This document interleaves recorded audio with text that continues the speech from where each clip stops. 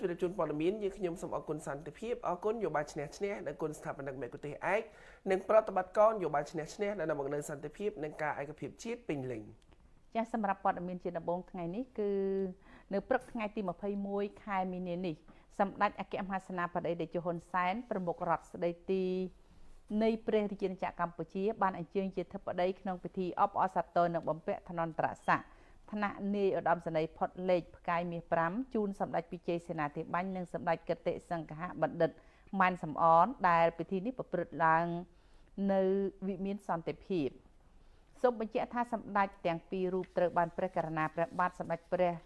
បរមនាថនរោត្តមសីហមុនីព្រះមហាក្សត្រនៃព្រះរាជាណាចក្រកម្ពុជាសពព្រះរាជហឫទ័យត្រាស់បង្គាប់ដំឡើងឋានន្តរស័ក្តិថ្នាក់នាយឧត្តមសេនីយ៍ផុតលេខផ្កាយមាស5នៃកងយុទ្ធពលខេមរភូមិន្ទកាលពីថ្ងៃទី16ខែមីនាឆ្នាំ2025នៅក្នុងឱកាសនោះសម្ដេចតេជោហ៊ុនសែនបានសម្ដែងមោទនភាពយ៉ាងខ្លាំងចំពោះនាយឧត្តមសេនីយ៍ផុតលេខផ្កាយមាស5សម្ដេចពិជ័យសេនាធិបាញ់និងសម្ដេចសង្ឃៈបណ្ឌិតម៉ានសំអនដោយសម្ដេចតេជោបញ្ជាក់ថាពិតជាស័ក្តិសមទៅនឹងគុណបំណាច់ដ៏ធំធេងដែលសម្ដេចទាំងពីរបានលះបង់កម្លាំងកាយចិត្តជាច្រើនឆ្នាំជូនជាតិមាតុភូមិនិងបានចូលរួមចំណែកយ៉ាងសកម្មក្នុងការធ្វើឲ្យប្រទេសជាតិនិងប្រជាជនទទួលបានសុខសន្តិភាពរហូតដល់សព្វថ្ងៃ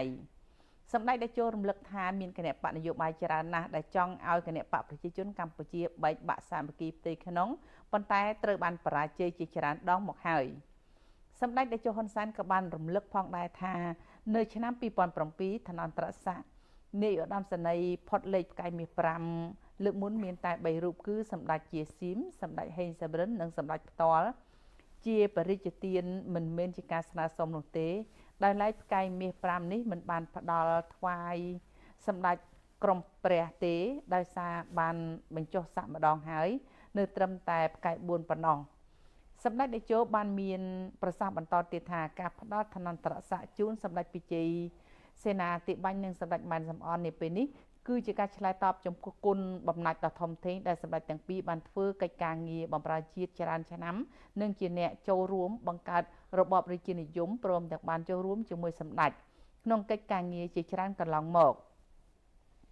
សម្ដេចតេជោហ៊ុនសែនបានបញ្ជាក់ពីភាពស្និទ្ធស្នាលបំផុតហាក់ដូចជាមាននិស្ស័យពីអតីតជាតិជាមួយសម្ដេចពិជ័យសេនាធិបាញ់ហើយពេលលំបាកតែងមានសម្ដេចទាបាញ់នៅជាមួយសម្ដេចជានិច្ចសម្ដេចតេជោបានមានប្រសាសន៍ទៀតថាបើនិយាយពីនយោបាយឈ្នះឈ្នះ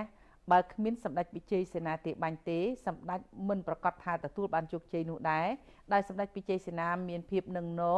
ក្នុងការវិភាគសភាពការជាក់ស្ដែងសម្ដេចតេជោបានរំលឹកអំពីប្រវត្តិតស៊ូជាមួយយុទ្ធមិត្តដើម្បីរំដោះជាតិចេញពីរបបប្រល័យពូជសាសន៍ប៉ុលពតនិងការតស៊ូមតិក្នុងរដ្ឋសភាដើម្បីទាមទារសម្លេង2/3នៅក្នុងរដ្ឋសភានិងគោលការណ៍50+1ផងដែរ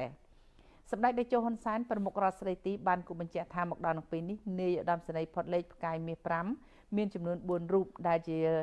ការបរិជ្ជទានរបស់ព្រះមហាក្សត្រគឺសម្ដេចតេជោផ្ទាល់សម្ដេចអគ្គមហាពញាចក្រីហេងសំរិនសម្ដេចពិជ័យសេនាធិបាញ់និងសម្ដេចគតិសង្ឃៈបណ្ឌិតម៉ានសំអន